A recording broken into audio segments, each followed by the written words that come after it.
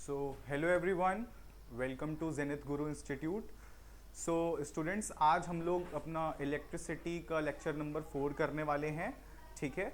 जिसमें last class में हम लोगों ने कुछ क्वेश्चंस किए थे और मैंने कुछ क्वेश्चंस आपको सेल्फ प्रैक्टिस के लिए दिए थे, ठीक है। तो आज पहले उन क्वेश्चंस को थोड़ा सा डिस्कस करते हैं और उसके बाद फिर हम लोग अपना लेक्चर आगे बढ़ाते हैं। ओके, सो अपना पेन और कॉपी रेडी कर लीजिए स्टूडेंट्स, ठीक है। फिर स्टार्ट करते हैं। Okay, let's start.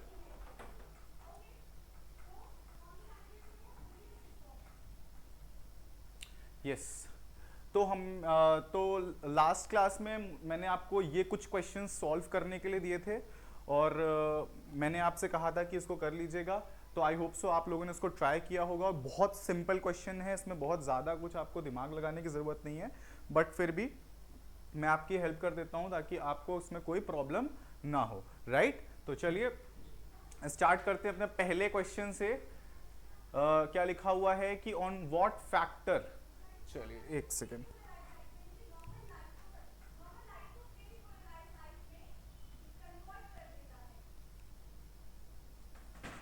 Okay, yes. तो गाइज यहाँ पे क्या है कि क्वेश्चन है आपका कि on what factor does the resistance of a conductor depends, right. चलिए, तो ये क्वेश्चन स्टूडेंट्स आपको याद होगा, मैंने आपके बुक में ही मार्क कराया हुआ था, ठीक है। तो दो तीन लगभग फैक्टर्स हैं जिस पे डिपेंड करता है। तो हमारा पहला अगर फैक्टर देखें, ठीक है, तो अगर हम पहले फैक्टर की बात करें तो पहला हमारा फैक्टर क्या हो सकता है स्टूडेंट्स? क्रॉस सेक्शन एरिया हो सकता है, ठीक है। Cross section area, right. Second क्या होगा? सेकंड क्या हो सकता है? नेचर ऑफ द मटेरियल हो सकता है, नेचर ऑफ द मटेरियल हो सकता है। थर्ड वन हम लोगों का क्या हो सकता है स्टूडेंट्स? अगर हम लोग देखें तो लेंथ का हो सकता है, ठीक है, length of the wire, right, और कंडक्टर।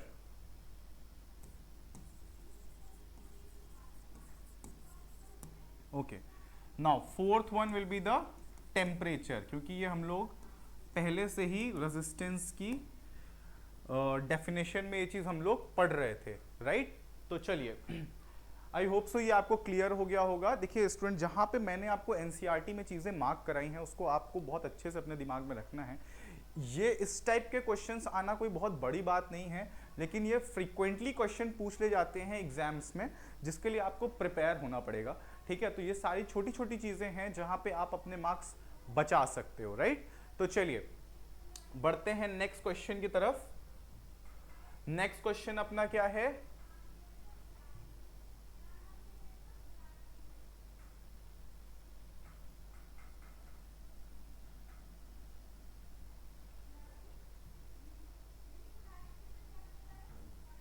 यस, तो अपना नेक्स्ट क्वेश्चन है कि will current flow more easier through a thick wire और a thin wire of the same material when connected to the same source of energy, right, ठीक है।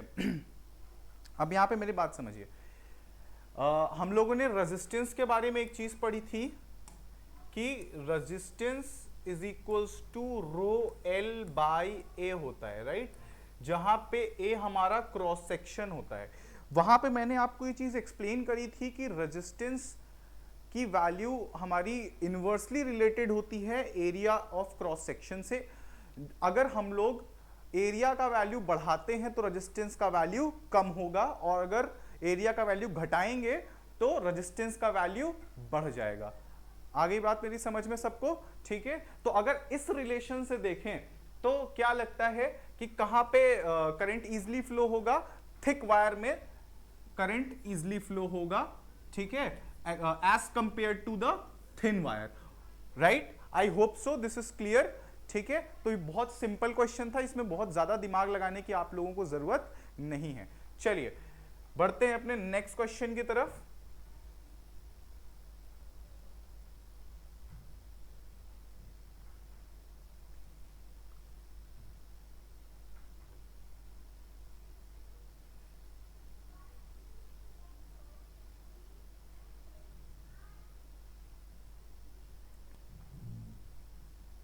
Yes yes. तो अब इस क्वेश्चन में देखिए स्टूडेंट्स क्या लिखा हुआ है, यहां पे आपसे बोल रहा है कि let the resistance of an electrical component remain constant while the potential difference across the two ends of the component decreases to the half of its former value, so what change will occur in the current? तो अब देखिए ये बहुत simple है, आप सबको, और Ohm's law आप लोगों ने पढ़ा हुआ है, हम लोगों ने ओम्स लॉ पढ़ा हुआ था, और ओम्स लॉ में हम लोगों ने क्या पढ़ा हुआ था, V is equals to I R, where R is the proportionality constant, ये आपको मैंने बताया हुआ है,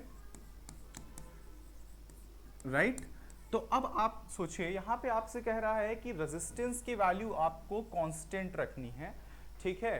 तो अब ये बताइए कि अगर हम पोटेंशियल का वैल्यू हाफ करते हैं तो आई पे उसका क्या असर पड़ेगा। तो अब देखिए यहां से ही आपको समझ में आ रहा है कि डायरेक्ट रिलेशन है।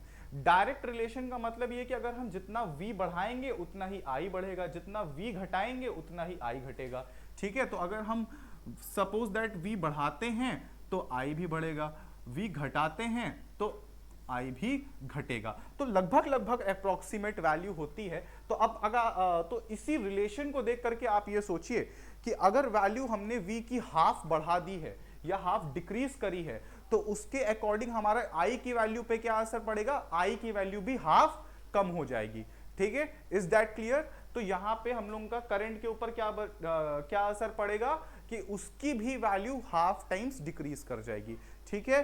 I hope so it is clear to you. चलिए बढ़ते हैं अपने नेक्स्ट क्वेश्चन की तरफ।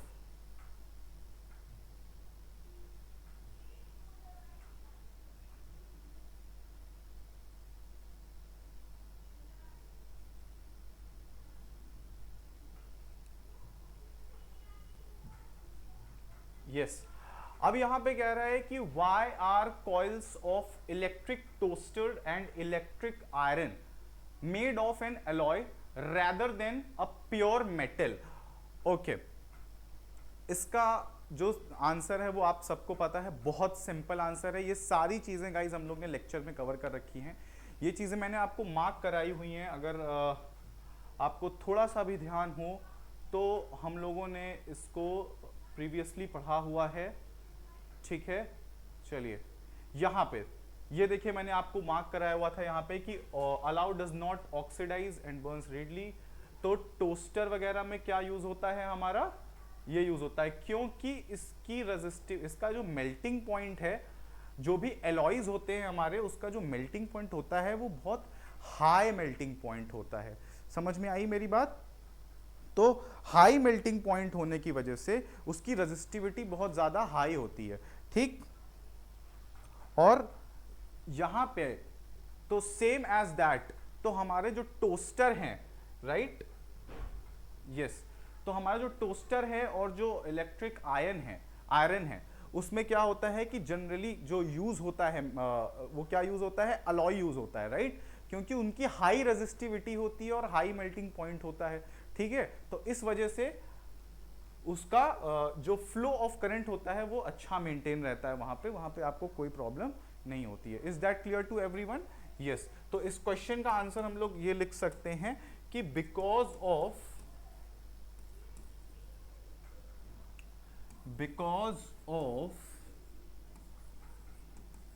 High resistivity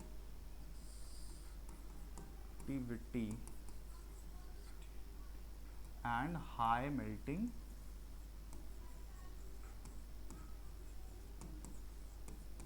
point, right?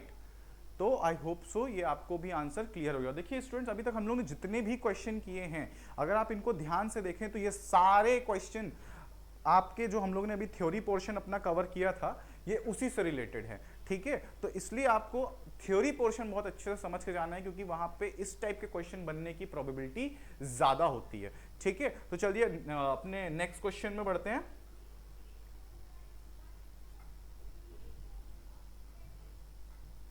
Okay, yes,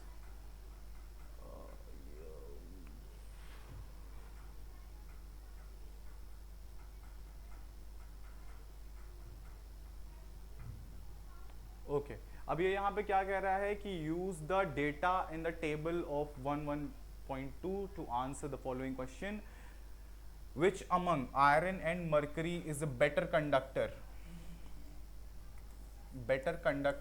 and which metal is the which material is the best conductor। अब देखो यहाँ पे आपसे पूछा कि which among iron and mercury is a better conductor। अच्छा, बेटर कंडक्टर के लिए उसमें फ्लो ऑफ करंट कैसा होना चाहिए? ये बहुत सिंपल सा सवाल है बच्चों। अगर बेटर कंडक्टर की बात कर रहा है, दो मेटल का यहाँ पे कंपैरिजन कर रहा है, आपसे बोल रहा है कि उसमें बेटर कंडक्टर कौन सा है, तो कंडक्टर को अच्छा होने के लिए उसमें फ्लो ऑफ करंट अच्छा होना चाहिए। बात समझ में आ रही है? फ्लो ऑफ करंट अच्छा कब होगा? जब आपके रेजिस्टेंस की वैल्यू कम होगी। आगे मेरी बात समझ में? फ्लो ऑफ जो करंट है वो अच्छा कब होगा? जब हमारे रेजिस्टेंस की वैल्यू कम होगी। तो हम लोग ये देख लेते हैं कि किसकी रेजिस्टिविटी ज्यादा है। तो जिसकी रेजिस्टिविटी ज्यादा होगी उसमें करंट का फ्लो कम होगा। जिसमें रेजिस्टेंस की वैल्यू जिसमें रेजिस्टेंस की वैल्यू कम होगी उसमें करंट का फ्लो ज्यादा होगा। राइट, चलिए अब हम लोग देख लेते हैं यहां पे टेबल कहां है? यस, ये रही टेबल। ओके, तो mercury, right, just a second. Okay, यहां पे आ रहा है मरकरी ने हम लोग ने लेके रखा है 94.0 इंटू 10 टू द पावर -8, और आयरन का कितना रख रखा है? 10.0। राइट, ओके, तो यहां पे अगर हम लोग देखें तो मरकरी का वैल्यू कितना है? मरकरी का वैल्यू हम लोगों ने यहां पे निकाला, यहां पे देखा 94.0 इंटू 10 की पावर -8, है ना। और आयरन का हम लोगों ने कितना देखा? यहां पे आयरन का वैल्यू हम लोगों ने देखा 10.0 इंटू 10 टू द पावर -8। अब ये बताओ, इनकी रजिस्टिविटी की वैल्यू है। तो अब जब इनकी ये रजिस्टिविटी की वैल्यू है बच्चों, तो यहां पे आप ये बताइए कि रजिस्टिविटी की वैल्यू किसकी ज्यादा है? जाहिर सी बात है इसकी ज्यादा है। अच्छा, रजिस्टिविटी की वैल्यू ज्यादा है, इसका मतलब कि यहां पे रेजिस्टेंस ज्यादा मिलेगा। इस पर्टिकुलर मेटल में ज्यादा रेजिस्टेंस मिलेगा। ठीक है, तो ज्यादा रेजिस्टेंस मिलने के कारण क्या होगा? करंट का फ्लो कम होगा। आगे मेरी बात समझ में? और आयरन में देखो वैल्यू कितनी है रेजिस्टिविटी की? 10, है ना। इसका मतलब कि इसकी रेजिस्टिविटी की वैल्यू कितनी है? कम है as compare to this one. ठीक है, यानी कि इसके कंपेरिजन में इसकी वैल्यू कम है, तो flow of current will be high. Right, is that clear? चलिए, तो हमको यह समझ में आ जाता है कि iron is the better conductor as compare to mercury. Now next question is which material is the best conductor. अब ये कह रहा है कि which material is the best conductor of electricity. तो अब यहां पे देखिए, ये भी इसी पे बेस्ड है। आपको बस उस टेबल में से ये देखना है कि सबसे ज्यादा कम रेजिस्टिविटी की वैल्यू किसकी है। जिसकी सबसे कम है रेजिस्टिविटी की वैल्यू, वही सबसे बेस्ट कंडक्टर होगा। तो चलिए एक बार टेबल में देख लेते हैं हम लोग, सबसे कम किसकी वैल्यू है। अगर हम लोग पूरे में वैल्यू देखें, ये तो सॉरी कंडक्टर्स में ही देखना है ना, यहां से यहां तक में देखना है। तो यहां पे अगर हम लोग वैल्यूज देखें तो सबसे कम वैल्यू है हमारे सिल्वर की। राइट, चलिए, तो सिल्वर हमारा जो है बेस्ट कंडक्टर है। इसकी रेजिस्टिविटी की values 1.60 into 10 to the power -8 होती है। Right, yes, okay, I hope so this is clear to everyone. चलिए, ओके, अब हम लोगों को क्या पढ़ना है? यस, तो तो guys we are done with this particular questions. तो आई होप सो ये क्वेश्चन आपको समझ में आ गए होंगे, बहुत सिंपल क्वेश्चन है। ठीक है, चलिए अब आगे बढ़ते हैं अपने नेक्स्ट टॉपिक के ऊपर। ठीक है, तो हमारा जो नेक्स्ट टॉपिक है वो इस चैप्टर का एकदम समझ लीजिए बहुत इंपॉर्टेंट टॉपिक है। ठीक है, क्योंकि इस ज्यादातर जो क्वेश्चन फॉर्मेशन होता है वो इसी पोर्शन से होता है। ठीक है, दैट इज रेजिस्टेंस। ठीक है, चलिए इसको अच्छे से पढ़ लेंगे, इसको अच्छे से समझ लेंगे कि कैसे इसको करना है, ताकि आप लोगों को यहाँ पे कोई प्रॉब्लम ना हो। राइट, चलिए तो अब हम लोगों का जो नेक्स्ट टॉपिक है वो है resistance of a system of resistors. चलिए तो हम लोग अब पढ़ने वाले हैं रेजिस्टेंस।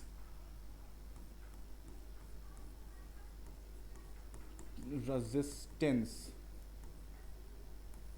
Fine, okay. अच्छा, अब अगर हम लोग रेजिस्टेंस की बात करें तो चलिए कुछ बेसिक चीजें एक बार फिर से अपने दिमाग में रिकॉल करते हैं। तो रेजिस्टेंस बेसिकली क्या होता है हमारा? रेजिस्टेंस बेसिकली काम क्या करता है? Opposes the flow of current, opposes the flow of current. ठीक है, फ्लो ऑफ करंट। ठीक है, तो रेजिस्टेंस का काम क्या होता है बच्चों कि जो भी जिस भी डायरेक्शन में करंट फ्लो हो रहा होता है वो उसको अपोज करता है फ्लो होने में, जिसकी वजह से, और ये जो अपोज करने की जो प्रॉपर्टी होती है बच्चों, ये मटेरियल की इटसेल्फ प्रॉपर्टी होती है। ठीक है, कि वो करंट को जो है फ्लो करने देता है या नहीं देता है। ठीक है, तो हम लोग रेजिस्टेंस की अगर बात करें तो रेजिस्टेंस बेसिकली क्या होता है? Opposite the flow of current. बच्चों इस चीज को देखो, ये सारी चीजें आपको बहुत अच्छे से समझ लेनी, क्योंकि यही क्वेश्चन एक बार एनटीएससी में फॉर्म हुआ था। ठीक है, यही क्वेश्चन एनटीएससी में फॉर्म हुआ था, ईयर मुझे थोड़ा सा याद नहीं है, बट ये एनटीएससी में अभी रिसेंट में ये 18 वाले में है या हुआ है, मैंने इसके ऊपर एक वीडियो भी बनाया था। खैर, तो रेजिस्टेंस का ये वैल्यू, ये आपको डेफिनेशन याद रखना है। चलिए मिलते हैं, चलिए नेक्स्ट क्वेश्चन पे आते हैं हम लोग, नेक्स्ट चीजें पढ़ते हैं आगे। तो अब आता है सिस्टम, इस पे रेजिस्टेंस का अब अरेंजमेंट कैसा होगा जहां पे आपको इक्विवेलेंट रेजिस्टेंस निकालना होगा। ठीक है, तो पहले ये देखते हैं कि रेजिस्टेंस को सिंबॉलिकली कैसे रिप्रेजेंट किया जाता है। देखिए रेजिस्टेंस को ऐसे जिगजैग, ऐसे आपको रिप्रेजेंट किया जाता है। ठीक है, उसके बाद इसकी यूनिट क्या होती है मैंने आपको बताई हुई है, unit of resistance, unit is ohms. Show कैसे करते हैं यूनिट को? ऐसे। ठीक है, ऐसे शो किया जाता है। तो अब रेजिस्टेंस का सबसे जो सेटअप है वो दो तरह में होता है। ठीक है, चलिए इसको नेक्स्ट उसमें डिस्कस कर लेते हैं। ओके, रेजिस्टेंस का setup, resistance can be set up in two forms. वो फॉर्म्स क्या हो सकते हैं? देखिए, एक होगा सीरीज और एक होगा पैरेलल। ठीक है, एक होगा सीरीज और एक होगा पैरेलल। ये है सिस्टम ऑफ अरेंजमेंट। ठीक, रेजिस्टेंस का सेटअप है कि किस टाइप को, किस अरेंजमेंट में हम लोग रेजिस्टेंस को सेटअप कर सकते हैं। तो यहाँ पे दो हैं, सीरीज हैं और पैरेलल हैं। तो चलिए एक एक करके दोनों को अच्छे से पढ़ते हैं और समझते हैं। ठीक है, ओके, चलिए तो पहले हम लोग पढ़ते हैं सीरीज कॉम्बिनेशन, सीरीज कॉम्बिनेशन। ठीक है, अब देखिए सीरीज कॉम्बिनेशन में बच्चों क्या होता है कि यहां पे मैं आपको एक अच्छे से बना के दिखाता हूं। जैसे मान के चलिए एक रेजिस्टेंस बेटा ये है और दूसरा रेजिस्टेंस ये है और तीसरा रेजिस्टेंस ये है। ये जो यहाँ पे मैंने तीन रेजिस्टेंसेस बनवाए हैं बच्चों, ये आपको एक्सप्लेन करने के लिए बनवाए हुए हैं। ठीक है, आप एक भी ले सकते हो, दो भी ले सकते हो, जितने मन चाहे उतने ले सकते हो। ठीक है, चलिए अब इसको थोड़ा सा नाम दे देते हैं, this is R1, this is R2 and this is R3, right. चलिए ओके, अब ये एक पॉइंट हो गया, ये पॉइंट हो गया, ये पॉइंट हो गया और ये पॉइंट, राइट। और अब क्या होगा, जैसे ही मैं स्विच को क्रॉस करूंगा यहां से करंट फ्लो होना शुरू हो जाएगा और करंट पूरा यहां पे फ्लो करेगा, राइट। चलिए ठीक है, यहां तक कोई दिक्कत है, this is positive, this is negative, यहां तक आपको कोई प्रॉब्लम नहीं होनी चाहिए। चलिए अब आपको ये देखना है कि सीरीज कॉम्बिनेशन में क्या होता है, कैसे हम लोग सीरीज कॉम्बिनेशन को फॉर्म करते हैं, ठीक है। सीरीज कॉम्बिनेशन बेटा फॉर्म ऐसा होता है कि एक रेजिस्टेंस का एंड दूसरे रेजिस्टेंस के हेड से कनेक्टेड होता है। मेरी बात समझ रहे हो, मैं फिर से बोल रहा हूं, पहले रेजिस्टेंस का एंड यानी कि टेल सेकेंड वाले रेजिस्टेंस के हेड से कनेक्टेड होती है। तो अगर यहां पे आप देखें तो ये जो R1 रेजिस्टेंस है इसका टेल यही पॉइंट है, देखिए ये पॉइंट इसका टेल है, और यहां पे देखिए तो ये R2 का हेड इससे जुड़ा हुआ है, समझ में आ रही है। और फिर क्या हो रहा है बच्चों की, यहां पे अगर आप देखो तो R2 का जो एंड है वो R3 के हेड से जुड़ा हुआ है, बात समझ में आ रही है, ठीक। तो ये जो फॉर्मेशन होगा ये सीरीज फॉर्मेशन होगा। और सीरीज फॉर्मेशन में एक चीज आपको थोड़ी सी और ध्यान रखनी है कि देखो किसी भी, जैसे जो भी यहाँ पे हम लोग ने रेजिस्टेंस यूज किए हैं इसमें किसी ना किसी एक रेजिस्टेंस का जैसे डायरेक्ट कनेक्शन नहीं है, है ना। जनरली देखो तो किसी का अब देखिए जैसे ये है, ये कनेक्टेड है इससे, ये कनेक्टेड है इससे। अगर हम इंडिविजुअली सिर्फ इसकी बात करें, अगर मैं इंडिविजुअली सिर्फ इस रेजिस्टेंस की बात करता हूं तो क्या इसका डायरेक्ट कनेक्शन पॉजिटिव या नेगेटिव टर्मिनल से है? नहीं है, ठीक है। क्या इसका डायरेक्ट कनेक्शन है? इसका पॉजिटिव से तो है लेकिन नेगेटिव में इसका डायरेक्ट नहीं है क्योंकि इससे दो पीछे और लगे हुए हैं। और इसका वाले का हेड देखिए तो हेड डायरेक्ट का पॉजिटिव से कनेक्टेड नहीं है, इसके आगे दो लगे हुए हैं, इसका एंड इधर है, ठीक है। तो ये इस टाइप के सेटअप है हमारे सीरीज में। आगे मेरी बात सबको समझ में, यहाँ पे जो इंडिविजुअल कनेक्शन है रेजिस्टेंस का वो पॉसिबल मतलब हर उसमें पॉसिबल नहीं हो पाता है, ठीक है। चलिए ये अभी मैं जब आपको पैरेलल समझाऊंगा ना, पैरेलल कॉम्बिनेशन जब समझाऊंगा तो आपको अच्छे से समझ में आ जाएगा कि सीरीज और पैरेलल में बेसिक डिफरेंस सेटअप का क्या होता है, ठीक है। I hope so it is clear to everyone. चलिए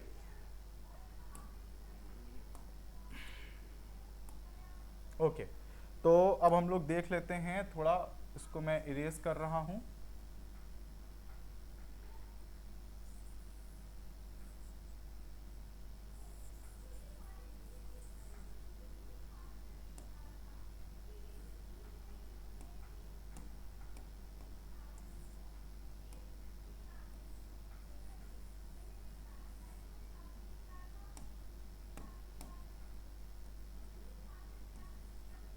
yes okay, this is R2। Now अब देखो यहां पे आपको ये समझ में आ गया होगा कि सीरीज का कॉम्बिनेशन बनता कैसे, राइट। अब देखते हैं आगे की बात। अब यहां पे देखो क्या होगा कि ये रहा हमारा पोटेंशियल डिफरेंस, ठीक है। जैसे ही स्विच ऑन करी यहां से करंट फ्लो हुआ, ये I नाम का करंट यहां पे एंटर लेगा, ठीक है। अच्छा यहां पे आप मुझे ये बताइए स्टूडेंट, क्या करंट का कोई डिवीजन हो रहा है? बोलिए, करंट का कोई डिवीजन हो रहा है? नहीं हो रहा है। यही करंट इससे पास होगा, यही इससे पास होगा और यही सेम करंट इससे पास होगा, बात सही है। यहां तक कोई दिक्कत, यहां कोई परेशानी हो तो मुझे आप बताएं, ठीक है। तो इसमें ऐसा कुछ यहां पे है नहीं, सेम करंट इधर भी पास हो रहा है, इधर भी पास हो रहा है, इधर भी पास हो रहा है, ठीक है। यानी कि सीरीज में एक चीज हमको ध्यान रखनी है, जो आपको नोट करनी है बच्चों, नोट करनी है, इसको अच्छे से एकदम समझ लीजिएगा। जो कभी कभी ऐसा होता है, छोटी छोटी चीजें ना ऐसे क्वेश्चन में पूछ ली जाती हैं जहां पे आपको वो छोटी छोटी चीजें हम लोगों को याद नहीं रहती, वहां पे हम लोग अपने मार्क्स डिडक्ट करवा बैठते हैं, ठीक है। तो सीरीज में आपको एक चीज याद रखनी है कि सीरीज में करंट सेम होता है, current is same but potential difference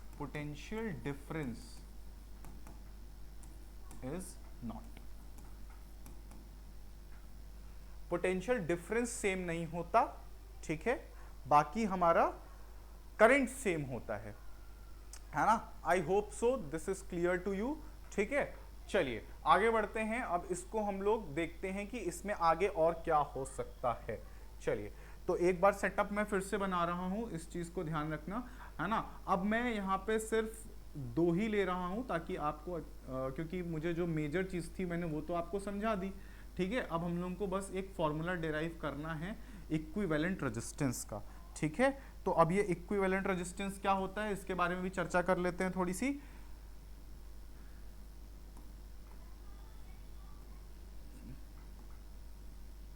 ठीक है, okay, this is R1 and this is R2, okay. अच्छा, अब यहां पे क्या होगा, अगर मैं बात करूं इक्विवेलेंट रेजिस्टेंस क्या होगा इस सर्किट में, इक्विवेलेंट रेजिस्टेंस आप मुझे बताएं कि इस सर्किट में क्या होगा, ठीक है। तो इक्विवेलेंट रेजिस्टेंस का मतलब बेटा वो होता है कि वो एक रेजिस्टेंस जो इन दोनों रेजिस्टेंस की जगह ले ले अकेले, ठीक है। एग्जांपल देता हूं आपको, जैसे मान के चलिए यहां पे कोई एक सपोज दैट कोई एक ठेला है, सपोज दैट ये एक कोई ठेला है, इसको मिलके पर्सन 1 फोर्स लगा रहा है, पर्सन 2 फोर्स लगा रहा है और इधर से पर्सन 3 फोर्स लगा रहा है। मान लो 3 लोग इस ठेले को फोर्स लगा रहे हैं, ठीक है। तो मैं क्या करूंगा, मैं चाहूंगा कि इन तीनों को रिप्लेस किया जाए, तो मैं क्या करूंगा, इन तीनों की जगह पे कोई एक ऐसा बंदा लेके आऊंगा जो इन तीनों की जगह ले ले अकेले, ठीक है। तो सेम एज दैट यहाँ पे भी होना है, ठीक है, कि हमको एक ऐसा रेजिस्टेंस का वैल्यू चाहिए, जो एक ऐसा रेजिस्टेंस चाहिए जो इन दोनों को रिप्लेस कर सके सिंगल हैंडेड, ठीक है। तो अब हम लोग इस चीज को कैसे निकालेंगे, यहाँ पे कैसे निकालेंगे इक्विवेलेंट रेजिस्टेंस का वैल्यू यहाँ पे निकलेगा कैसे, तो यहाँ पे अब देखते हैं कि कैसे निकलता है इक्विवेलेंट रेजिस्टेंस का वैल्यू।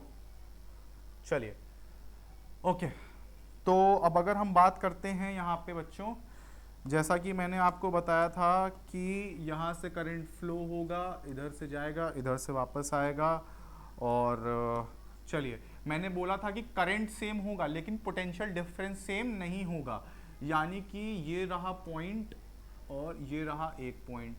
तो अगर देखा जाए तो इसके लिए V1 हो जाएगा और इसके लिए V2 हो जाएगा पोटेंशियल, ठीक है। I hope so this is clear, यहां तक कोई दिक्कत कोई परेशानी किसी को, ठीक है।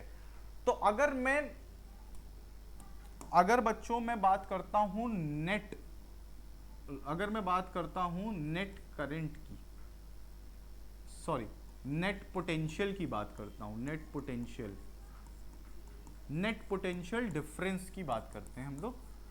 तो नेट पोटेंशियल डिफरेंस में अगर हम लोग वैल्यू कैलकुलेट करना चाहेंगे तो बच्चों क्या आ जाएगा, V net is equals to V1 plus V2, right, V1 plus V2, okay.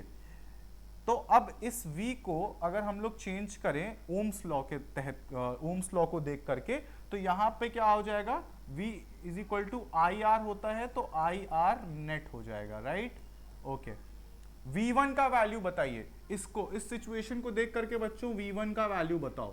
देखो V1 का वैल्यू हो जाएगा, क्योंकि करंट सेम है तो करंट I लिखा जाएगा लेकिन R1 लिखा जाएगा ये, ठीक है। V2 का वैल्यू बच्चों यहाँ पे क्या लिखा जाएगा, करंट सेम है लेकिन रेजिस्टेंस का वैल्यू दूसरा है तो R2 लिखा जाएगा।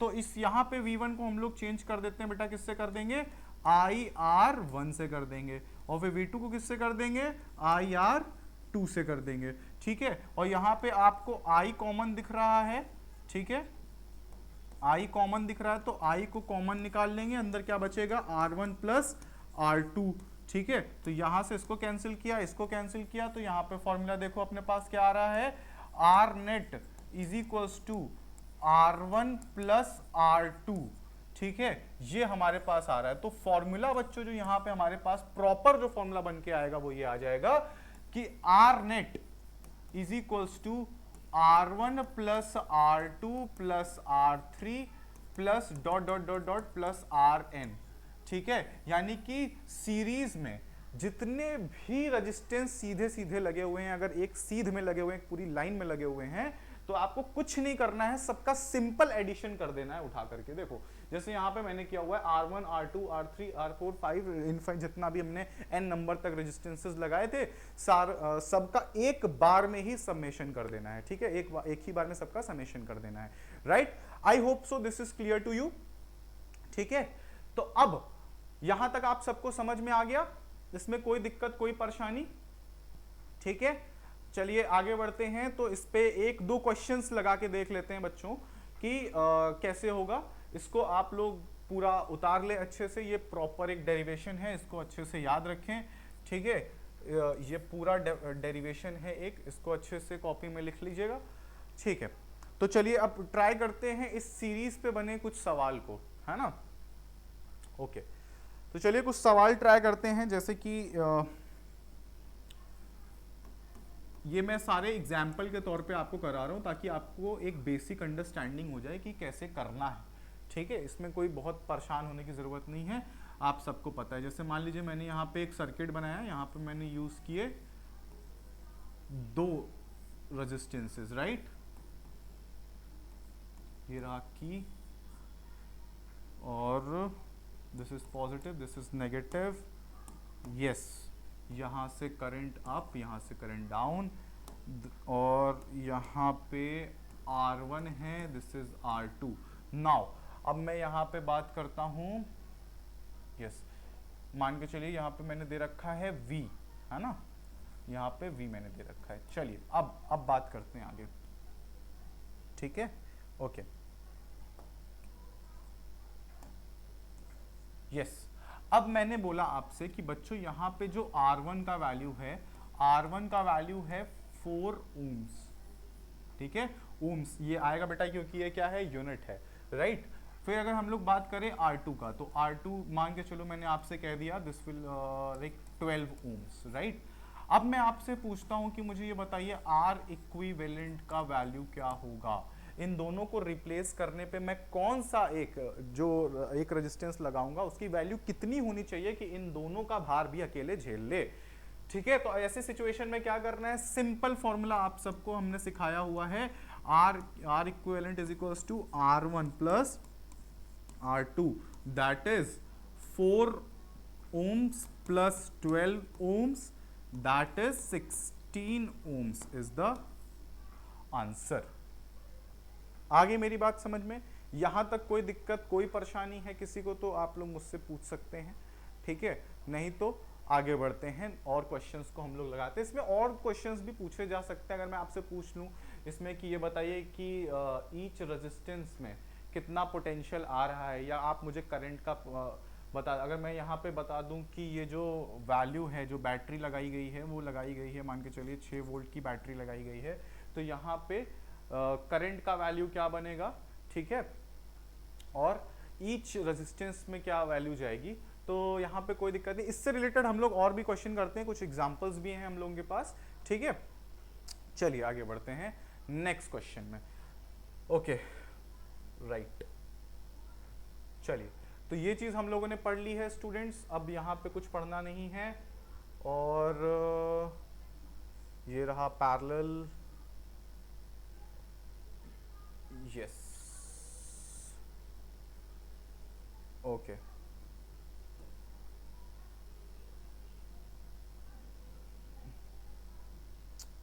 Okay, I understand. यहाँ पे असल में क्या है बच्चों की, हम लोगों को ना पैरेलल और सीरीज साथ में पढ़ाया गया है, कोई बात नहीं, हम लोग भी एक बार हम लोग भी पैरेलल पढ़ लेते हैं, कोई दिक्कत नहीं है।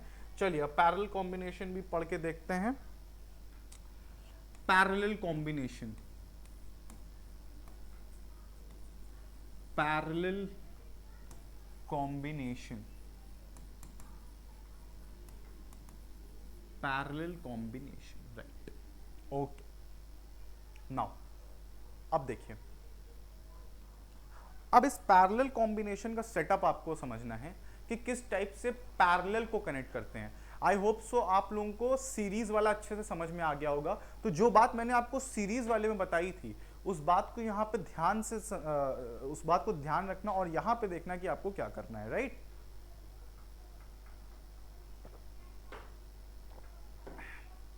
Okay, let's start. Parallel connection जो सेटअप होता है बेटा, वो कुछ इस टाइप का होता है।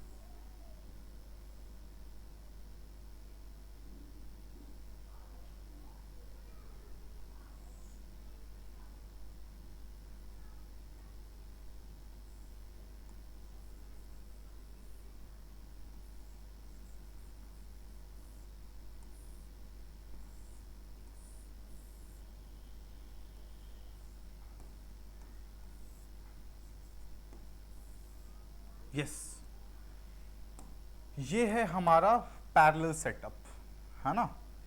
यहाँ पे ये है R1, ये है R2, और ये अगर स्विच क्लोज करते हैं तो positive terminal, negative terminal, current यहाँ से यहाँ आएगा। ओके, अच्छा, अब देखो यहाँ पे आप समझने की कोशिश करना बच्चों, जो मैं आपको समझाना चाह रहा था। अब देखो ये रेजिस्टेंस R1 है। अब इस रेजिस्टेंस R1 का आप ये देखो, एक टर्मिनल ये है और दूसरा टर्मिनल ये है, ठीक है। R2 का एक टर्मिनल ये है और एक टर्मिनल ये है, सही कह रहा हूं क्या? ठीक है। अच्छा, अब आप देखो तो R1 का हेड कनेक्टेड है इस वायर से और एंड कनेक्टेड है इस वायर से। R2 का एंड इस वायर से कनेक्टेड है और हेड इस वायर से कनेक्टेड है। तो अगर देखा जाए तो ये इंडिविजुअली क्या डायरेक्ट कनेक्शन रखते हैं इससे, ठीक है। यहां पे क्या आपको कोई ऐसा सेटअप दिख रहा है क्या कि मैंने R1 की टेल में ये इसका हेड यहां पे मैंने ऐड अप किया हो, ठीक है, जैसे हम लोग ने सीरीज में देखा था, या मैंने इसके एंड में इसको ऐड किया हो या इसके एंड में इसको ऐड किया, ऐसा कुछ मैंने यहाँ पे किया क्या? कुछ नहीं किया। अगर आप देखो तो यहाँ पे मैंने काम किया है कि ये जो ये बैटरी से दो तार निकले हुए हैं और क्या किया हुआ है कि एक पोर्शन इससे जुड़ा हुआ है, एक पोर्शन इसके स्टार्टिंग से और एक पोर्शन इधर से, एक पोर्शन इधर से, ठीक है। यानी कि इंडिविजुअली ये दोनों क्या हैं, इस बैटरी से कनेक्टेड हैं। बात यहां पे समझ में आ रही है? तो अब देखो इस सिचुएशन को हम लोग पैरेलल सिचुएशन इसीलिए बोलते हैं क्योंकि दोनों रेजिस्टेंस का डायरेक्ट कनेक्शन हमारा इससे है, ठीक। अब देखो यहां से यहां पे क्या होगा, यहां पे समझो, यहां पे स्टूडेंट क्या होगा कि जैसे ही करंट यहां से यहां निकलेगा तो करंट यहां पे डिवाइड हो जाएगा। आ रही है मेरी बात समझ में? यहां पे करंट डिवाइड होगा। मान के चलो अगर करंट की वैल्यू यहां पे आई है बच्चों, ठीक है, तो यहां तक आई रहेगी। अब देखो ये जो पॉइंट है ना, just let me tell you, ये जो पॉइंट है ना, दिस पॉइंट, ये और ये जो पॉइंट है, ये जंक्शन पॉइंट हो जाएगा हमारा। आ रही है मेरी बात समझ में? ये जंक्शन पॉइंट हो जाएगा। तो अब क्या होगा कि इस पॉइंट से हमारा कुछ करंट, चलिए हमारा कुछ करंट बच्चों इधर चला जाएगा और कुछ करंट हमारा इधर आ जाएगा, और ये करंट दोनों ऐसे डिवाइड होने के बाद इधर जाएंगे और उसके बाद सेम यही करंट आकर के इधर मिलेंगे और आकर के इधर मिलेंगे। तो जो जिस वैल्यू से ये डिवाइड हुआ है, आई बन के, अब देखो ये यहां से गया था, तब तक आई था जब तक कि डिवाइड नहीं हो गया, और डिवाइड यहां पे हुआ तो वैल्यू बदल गई होगी, जाहिर सी बात, तब ये आई तो रह नहीं जाएगा, यहां पे वैल्यूज चेंज हो जाएंगी। उसके बाद यहां पे इस पॉइंट पे ये फिर से आई बन के बाहर आ जाएगा। I hope so this is clear to all of you, ठीक है। तो ये आई बन के यहां से बाहर आ जाएगा और ये फिर वापस इधर आ जाएगा। तो ये कॉम्बिनेशन आपका जो होता है वो क्या होता है, हमारा पैरेलल कॉम्बिनेशन होता है। तो पैरेलल कॉम्बिनेशन में आपको यहीं से देख के समझ में आ गया होगा कि करंट सेम नहीं होता है ना, करंट इज नॉट सेम, ठीक है, but potential difference is same, ठीक है। तो पैरेलल कॉम्बिनेशन में हमारा करंट सेम नहीं होता है, पोटेंशियल डिफरेंस सेम होता है, और सीरीज में हमारा करंट सेम होता है और पोटेंशियल डिफरेंस सेम नहीं होता, राइट। तो यानी कि हमारा जो यहां पे R1 का पोटेंशियल होगा वो भी V होगा और R2 का जो पोटेंशियल होगा वो भी V होगा। आई hope so this is clear. लेकिन यहां पे करंट की वैल्यू चेंज हो जाएगी, यहाँ पे करंट मान के चलो अगर यहाँ से आई बन के एंटर कर रहा है तो इधर जब यहाँ पे इस पॉइंट पे करंट डिवाइड होगा तो this can be I1 and this can be I2, ठीक है, और वो यहाँ पे आकर के फिर ऐड हो जाएंगे और ये I बन के वापस से बाहर आ जाएगा, ठीक है। यहां तक आप सबको समझ में आया? तो चलिए इस चीज को हम लोग जो है समझते हैं।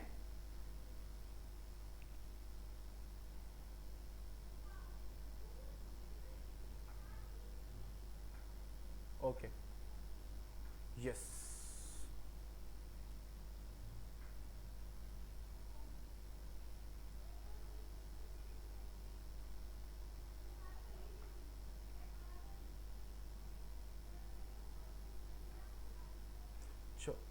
ओके। तो यहां पे हम लोग देखते हैं कि यस, तो हम लोग जो है parallel system of parallel combination पढ़ रहे थे बच्चों, ठीक है। ये रहा हम लोगों का पैरेलल सेटअप, ये यहाँ आता है, ये रहा value, this is positive negative current flow, ठीक है, ओके, दिस इज पॉइंट जहां पे करंट डिवाइड हो रहा है और करंट वापस आ रहा है यहाँ से यहाँ जा कर के, और इसका वैल्यू R1 ले रहा हूँ और इसका वैल्यू मैं R2 ले रहा हूँ। यहाँ तक आप लोगों को क्लियर हो गया होगा। चलिए अब स्टार्ट करते हैं इसको समझना। तो जैसा कि मैंने आपसे बच्चों बोला कि यहाँ पे अगर R1 है तो इसका पोटेंशियल भी V होगा, और ये R2 है और इसका पोटेंशियल भी V होगा, क्योंकि पोटेंशियल यहाँ पे सेम होना है, करंट की वैल्यू सेम नहीं होगी, ठीक है। तो जिस चीज की वैल्यू सेम नहीं होती है हम लोग उसी को लेके ऐड अप करते हैं यहाँ पे। तो यहाँ पे हम लोग किसको लेके ऐड करेंगे? करंट को लेके करेंगे। तो आई नेट देखेंगे बच्चों, क्या देखेंगे? I net. तो I net is equals to I1 plus I2, right, okay. तो अब ये बताइए, यहां पे करंट सेम नहीं है, सेम क्या है हमारा? Potential difference. तो यानी कि ये V बाई आर हो जाएगा, V बाई आर नेट हो जाएगा, और ये हमारा क्या हो जाएगा? V by R1 plus V by R2, right, okay. अब ये V by R1 V by R2 हो गया। अब देखो V कॉमन निकाल लेंगे और ये 1 बाई आर नेट आ जाएगा, और इधर क्या आ जाएगा? V, और हमारा इधर क्या हो जाएगा? R1 प्लस R2 हो जाएगा। सही बात आ रही है ये समझ में? इसको मैंने कैंसिल कर दिया। तो यहाँ पे हमारे जो वैल्यू आई बच्चों वो क्या आ गई? R net is equals to 1 by R1 plus 1 by R2, और अगर मैं सीधा R नेट लिखूंगा तो इसकी वैल्यू क्या हो जाएगी? R1 R2 upon R1 plus R2। Yes, इसको आप लोग अच्छे से समझ लें, राइट। यहां तक समझ में आ गया सबको? यहां तक किसी को कोई परेशानी हो तो आप लोग मुझे बताएं। क्लियर है? आगे बढ़ें? ओके, चलिए। तो यहां तक आप सबको क्लियर हो गया है, आप इसको अच्छे से देख लें, यहां पे आपको कोई प्रॉब्लम नहीं होगी, राइट। चलिए, तो अब ये हम लोगों ने बच्चों पैरेलल कॉम्बिनेशन पूरा अच्छे से पढ़ लिया है, और हम लोगों ने पढ़ लिया है सीरीज कॉम्बिनेशन। अब बचता है इसका सवाल लगाना। इसके जो कुछ न्यूमेरिकल्स हैं उसको हम लोग देखेंगे, ठीक है, और कुछ क्वेश्चंस आपको भी लगाने हैं, कुछ क्वेश्चंस मैं लगाऊंगा ताकि आप उससे सीख सकें, ठीक है। चलिए एक दो क्वेश्चंस को ट्राई करते हैं और देखते हैं कि क्या हम लोगों को समझ में आया है, ठीक है। चलिए स्टार्ट करते हैं क्वेश्चन से। ओके,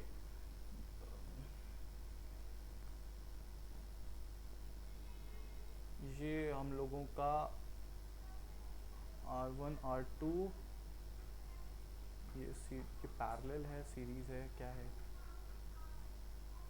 ये? Resistance in series, right, okay okay okay okay, just ठीक है। तो यहाँ पे देखिए एक क्वेश्चन हम लोग सीरीज का लेते हैं। चलिए,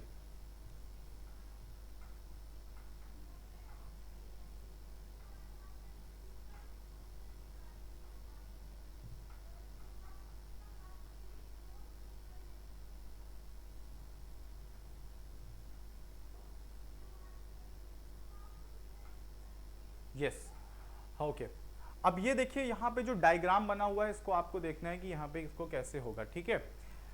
क्वेश्चन पढ़ते हैं, देखते हैं यहाँ पे क्या लिखा हुआ है। यहाँ पे लिखा हुआ है कि an electric lamp whose resistance is 20 ohms and a conductor of 4 ohm resistance are connected to a battery of 6 volts.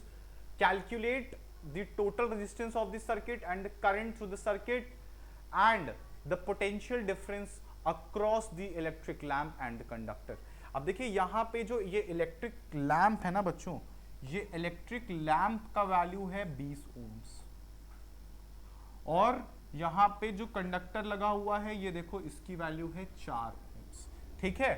और बैटरी कितने वोल्ट्स की है, वो है 6 ohms की, 6 वोल्ट्स की बैटरी है, ठीक है। पहला क्वेश्चन आपसे क्या बोल रहा है, कह रहा है कि calculate the total resistance of the circuit. Total resistance की बात कर रहा है तो हम लोगों को क्या निकालना है बच्चों, आर नेट निकालना है। समझ में आ रही है मेरी बात, आर नेट। तो आर नेट हम लोग कैसे निकालेंगे इसको, R1 प्लस R2 यही करेंगे, ठीक है। ये वाला फॉर्मूला अप्लाई करेंगे तो यहाँ पे अप्लाई करो बच्चों, कितना हो जाएगा 4 ohms प्लस 20 ohms, ये वैल्यू कितनी आ जाएगी 24 ohms, ठीक है। ये हमारी हो गई आर नेट की वैल्यू। यहां तक सबको क्लियर है, यहां तक सबको क्लियर हो गया होगा, आई होप सो। अब कोई दिक्कत यहाँ पे, कोई परेशानी किसी को, तो आगे बढ़ते हैं, ठीक है। ये समझ में आ गया, चलिए। तो अब ये तो हम लोगों को दिख गया कि हम लोगों ने किस तरह पे यहाँ पे ये फॉर्मूला को अप्लाई किया और यहाँ पे सीधा हम लोगों का आंसर निकल गया। अब नेक्स्ट क्वेश्चन है बच्चों की करंट थ्रू द सर्किट। अब ये बताइए, देखिए आपको नेट रेजिस्टेंस का वैल्यू पता चल गया, राइट।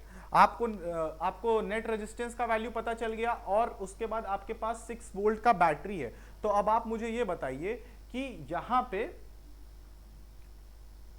सॉरी, इसी में यहीं पे हम लोग आगे सॉल्व कर लेते हैं, या मैं इसको इरेज कर देता हूं। यहां पे बस मैं नेट आर नेट का वैल्यू लिख देता हूं, राइट। आर नेट का मैं वैल्यू लिख देता हूं 24, ठीक है। ये सारे क्वेश्चन बच्चों बहुत इजी हैं, आपको बहुत से फटाफट से करने हैं, इसमें बहुत ज्यादा दिमाग नहीं लगाना है, ठीक है। चलिए इसको मैं इरेज करता हूं, ओके। अब हमको क्या निकालना है, करंट का वैल्यू निकालना है, राइट, ओके फाइन। अब यहाँ पे देखो, आप मुझे ये बताओ कि यहाँ पे हम लोगों ने आर नेट तो निकाल लिया, आर नेट का वैल्यू हमारे पास 24 ohms आ गया भैया, ठीक है। नेक्स्ट टाइम पे हमें क्या करना है, हमें आई का वैल्यू निकालना है, वी का वैल्यू हमें ऑलरेडी गिवन है, वो है 6 वोल्ट्स, ठीक है। तो अब यहाँ पे देखो आपको क्या निकालना है, वही ट्रिक आजमाओ जो हम लोग ने लास्ट क्वेश्चन में किया था। लाइक जब मैंने आप लोगों को न्यूमेरिकल लगाना बताया था तो मैंने क्या बताया था कि जो गिवन है उसको देख लो और क्या निकालना है उसका रिलेशन देख लो कि क्या होगा। अब बताओ, अगर आपको आई कैलकुलेट करना है तो आप V और R को यूज करके I कैसे निकाल सकते हो, सिंपल फॉर्मूला यूज करके बेटा, I is equals to V by R का यूज करके, ठीक है। तो यहाँ पे ये हो गया 6 और ये हो गया 24। वैल्यू निकाल के बताओ यहाँ पे वैल्यू कितना आ जाएगा, ठीक है। वैल्यू कितना आ जाएगा बच्चों, यहाँ पे हम लोग का वैल्यू अगर देखें तो this will be 3 and no, this is 1 by 4 which is 0.25, right, 0.25 ampere. ये देखो, ये हमारा करंट का वैल्यू आ गया, ठीक है। I hope so this is clear. यहां पे आप लोगों को कोई दिक्कत हुई क्या बच्चों, नहीं, राइट। चलिए देखिए, करंट हम लोगों ने करंट की भी वैल्यू यहां पे निकाल ली। अब आता है सी पोर्शन, ये था हम लोगों का बी पोर्शन भी। तो बी पोर्शन भी हम लोगों का हो गया। तो यहाँ पे एक काम करते हैं, सारा वैल्यू ना लिख देते हैं, ठीक है। इसको यहाँ पे सारा वैल्यू हम लोग लिख देते हैं। तो बच्चों हम लोगों ने आर नेट का वैल्यू कितना निकाला था, आर नेट का वैल्यू निकाला था 24 ohms। और बच्चों आई का कितना वैल्यू निकाला हम लोगों ने, 0.25 निकाला, 0.25 एम्पियर निकाला, ठीक है। अब मुझे ये बताओ बच्चों कि यहाँ पे हम लोगों को अब जो निकालना है वो क्या निकालना है, potential difference on electric lamp and conductor, ठीक है। अब इलेक्ट्रिक लैम्प और कंडक्टर में आपको पोटेंशियल डिफरेंस का वैल्यू निकालना है। देखो ये बहुत सिंपल क्वेश्चन है, इसमें आपको कुछ ज़्यादा मेरे ख्याल से परेशान होने की ज़रूरत नहीं होनी चाहिए। ओके सॉरी, पूरा इरेज हो गया। चलिए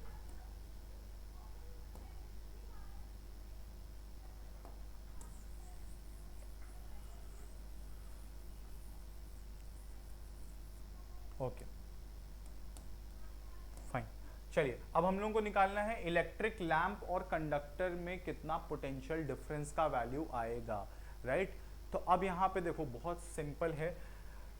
ओके, अगर हम एक काम ये करें कि इसका जो पोटेंशियल है इसको V1 मान लें और इसके पोटेंशियल को V2 मान लें, ठीक है। अब क्योंकि करंट सेम है तो V1 और V2, ठीक है, करंट तो सेम है, यहाँ पे करंट का तो कोई लोचा ही नहीं है। करंट दोनों में कितना जाएगा, 0.25 जाएगा, ठीक है, यहाँ पे भी 0.25 जाएगा। बस वैल्यू बच्चों किसका चेंज होगा, R का वैल्यू चेंज होगा। तो R का वैल्यू यहाँ पे पुट करते हैं तो पहला R का वैल्यू कितना है बच्चों, 20, और यहाँ पे R का वैल्यू बच्चों कितना है, 4, राइट, यस। तो अब देखते हैं, यहाँ पे आपको समझ में आ ही जाएगा कि वैल्यू कितनी है। यहाँ पे आ जाएगी वैल्यू हमारी इतनी क्या बोलते हैं 0.5, ठीक है, 0.5 की हमारी वैल्यू आ जाएगी, ठीक है, सॉरी 0.5 नहीं 5 आएगा ओनली, सॉरी 5 वोल्ट इधर आ जाएगा और हमारा इधर 1 वोल्ट आ जाएगा नीचे, यस, ओके। तो ये दोनों वैल्यू हमारी रही। अगर हम बात करें V1 की, यस, तो V1 का वैल्यू हमारा बच्चों कितना आ रहा है, 5 वोल्ट्स, और हमारा V2 का वैल्यू कितना आ रहा है, 1 वोल्ट, राइट। चलिए, तो I hope so this is clear to everyone.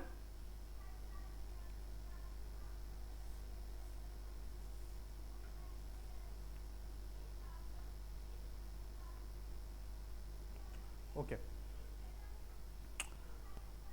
चलिए, तो ये क्वेश्चन आई होप सो आप सबको समझ में आ गया होगा। चलिए आगे बढ़ते हैं नेक्स्ट क्वेश्चन की तरफ।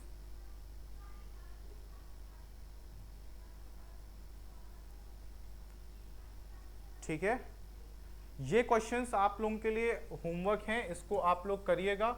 हम लोग इसको नेक्स्ट क्लास में डिस्कस कर लेंगे, ठीक है। मैं एक दो एग्जांपल्स आपको करा देता हूं बच्चों, ताकि आप लोगों के लिए इजी थोड़ा सा पड़ जाए कि कैसे क्वेश्चंस लगाने हैं, ठीक है। ये क्वेश्चन मैं इसलिए नहीं करा रहा हूं क्योंकि ये कुछ खास इसमें न्यूमेरिकल नहीं है, यहाँ पे सिर्फ आपको अपना थोड़ा सा कॉमन सेंस लगाना है और वो आपके क्वेश्चंस हो जाएंगे। आप लोगों ने पिछले क्वेश्चंस को देख ही लिया है कि कैसे किए हैं हम लोगों ने, ठीक है। तो चलिए न्यूमेरिकल एक और अच्छा सा कर लेते हैं, ठीक है,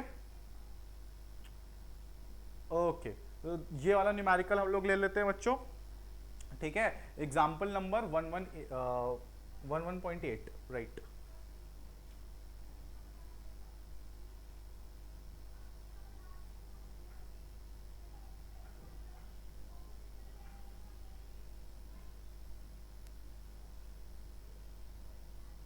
इसका डायग्राम किधर मेंशन है, देयर इज नो डायग्राम।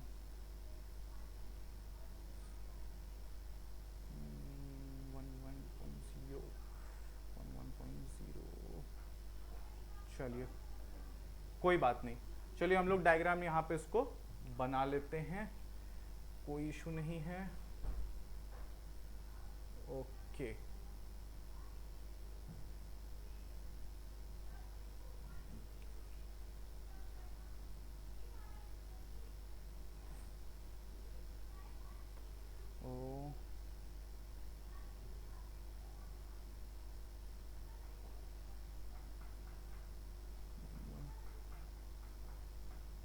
ये ओके ओके ओके स्टूडेंट्स, इसका जो डायग्राम है ना, हाँ 11.8 का डायग्राम एक्चुअली ये बना हुआ है। चलिए कोई बात नहीं, इसको हम लोग यहाँ से कॉपी कर लेते हैं, ओके ओके, यस, ठीक है। चलिए अब यहाँ पे देखिए आप लोग, अब आप लोगों को ये अच्छे से क्लियर हो जाएगा। अब यहाँ पे क्या होगा, in a circuit diagram suppose the register R1 का जो वैल्यू यहाँ पे आपको मेंशन है वो कितना है, resistance R1, R2 and R3, यहाँ पे कितना लिखा हुआ है, 5 ओम्स का वैल्यू है, 10 ओम्स का वैल्यू है और 30 ओम्स का वैल्यू है, ओके। अब ये 30 ओम्स का वैल्यू है, कनेक्टेड देखो बच्चों कैसे हैं, पैरेलल में कनेक्टेड हैं, ठीक है, आपसे क्या पूछ रहे हैं, which have been connected to the battery of, यानी कि आपको पोटेंशियल डिफरेंस कितना बोल रहा है, 12 वोल्ट्स का बोल रहा है, ठीक है। बैटरी का जो वोल्ट है वो कितना दिया हुआ है यहाँ पे, 12 वोल्ट्स। ओके, तो पहले आपसे क्या पूछ रहा है, करंट का वैल्यू पूछ रहा है, current through each resistors and total current in the circuit and the total circuit resistance. Okay, तो पहले काम कर लेते हैं हम लोग, पहले सी पोर्शन निकाल लेते हैं, ठीक है, क्योंकि ये सबसे हम लोग ने क्योंकि अभी अभी इसको पढ़ा हुआ है तो हम लोगों के लिए सी निकालना ज्यादा इजी रहेगा। तो पहले काम कर लेते हैं, पहले सी निकाल लेते हैं, ठीक है। तो यहाँ पे हम लोग पहले सी वाला कर लेते हैं, आर नेट का वैल्यू निकालेंगे हम लोग, ठीक है। तो आर नेट का बच्चों पैरेलल में केस कैसा था, पैरेलल में था 1/R1 sorry 1/R net is equal to 1/R1 plus 1/R2 plus 1/R3, right. यहां तक किसी को कोई दिक्कत, कोई परेशानी, सबको समझ में आ गया? ओके, तो चलिए अब इसको यहाँ पे हम लोग वैल्यूज पुट कर लेते हैं। वैल्यू क्या है हमारी, 1/5 प्लस 1/10 प्लस 1/30। ओके, तो यहाँ पे ये वैल्यू है हम लोगों की, और नीचे यहाँ पे आ जाएगा 30, और ऊपर यहाँ पे आ जाएगा हमारा ऊपर 10, राइट। और वैल्यू हमारी कितनी आ जाएगी, 1/3 ओम्स, राइट। ये हमारी वैल्यू आ जाएगी। आई hope so this is clear, ठीक है। चलिए, और एक बार इसको आप लोग उतारिए, फिर हम लोग आगे बढ़ते हैं नेक्स्ट टॉपिक पे, नेक्स्ट क्वेश्चन पे हम लोग आगे इसको बढ़ेंगे। आप लोग इसको अच्छे से कॉपी कर लें।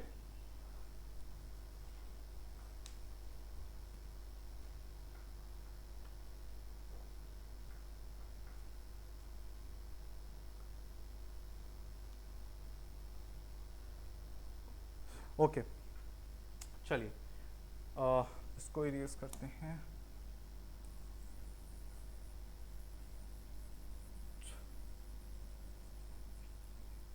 फाइन, अच्छा, अब देखिए पहला आपसे क्या पूछा गया बच्चों, पहला पूछा गया है कि करंट थ्रू ईच रजिस्टर, यानी कि 5 ओम्स के रजिस्टर में कितना वैल्यू गया है, और हमारे 10 ओम के वैल्यू में 10 ओम के रेजिस्टेंस पे कितना वैल्यू गया है, और 30 ओम के रेजिस्टेंस में वैल्यू कितना गया है, यहाँ पे आपको ये डिस्कस करना है। तो आपको देखो आई बताना है, आई बताना है, ठीक है। तो इसके लिए मैं R1 के लिए मैं I1 यहाँ पे करंट मान लेता हूँ, और इसके लिए मैं यहाँ पे I2 मान लेता हूँ, इसके लिए मैं यहाँ पे I3 मान लेता हूँ। वैल्यू आपको ये यहाँ पे मेंशन है। तो I1 is equals to V/R1 हो जाएगा, और I2 is equals to V/R2 हो जाएगा, ठीक है। और I3 is equals to V/R3 यहाँ पे हो जाएगा, ठीक है। तो अब इसको यहाँ पे करना कैसे, देखो 12/5 हो जाएगा ये, और ये हो जाएगा 12 कितना वैल्यू था यहाँ पे 10, राइट। ओके, और यहाँ पे कितना हो जाएगा 12/30, राइट, ठीक है। अब इसको फटाफट से कैलकुलेट कर लेंगे हम लोग। इसका देखो, इसका वैल्यू कितना आ जाएगा, यहाँ पे वैल्यू कितना आ जाएगा स्टूडेंट्स, ठीक है। यहाँ पे वैल्यू हमारा वी गेट 2.5 एम्पियर का वैल्यू, राइट। और हमारे इसकी वैल्यू हो जाएगी 1.2, ठीक है। और इसकी वैल्यू अगर हम लोग देखें, सो दिस विल बी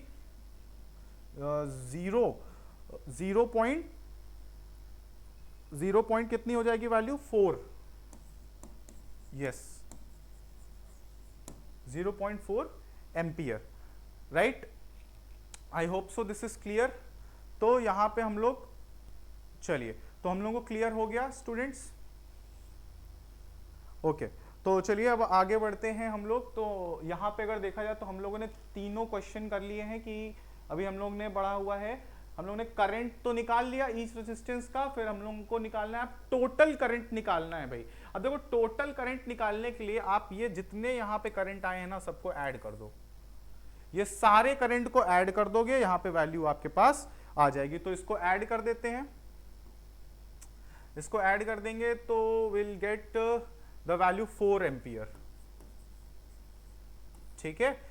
क्योंकि ये देखो आपको याद होगा मैंने आपसे कहा था कि करंट सेम नहीं होता है, तो आई नेट का वैल्यू हम लोग ने वहां पे कैसे निकाला था, I1 plus I2 plus I3 करके, राइट, ये करके निकाला था, ठीक है। तो अब क्या करेंगे हम लोग, यहाँ पे ऐसे ही सारे करंट को हम लोग ऐड कर देंगे और ये जो वैल्यू होगी यही टोटल करंट का वैल्यू होगी, जो कि ऑप्शन नंबर बी है।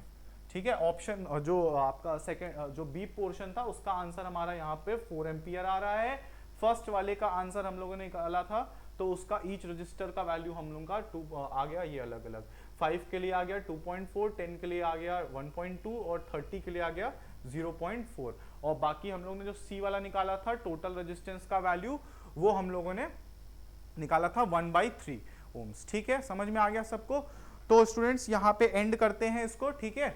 और नेक्स्ट क्लास में आप लोग सारे इसके एग्जाम्पल लगा के रखिएगा, हम लोग कुछ सारे एग्जाम्पल इसके डिस्कस करेंगे और कुछ क्वेश्चन डिस्कस करेंगे। तो नेक्स्ट क्लास में मिलते हैं गाइस, ठीक है। तब तक के लिए tata bye bye, take care.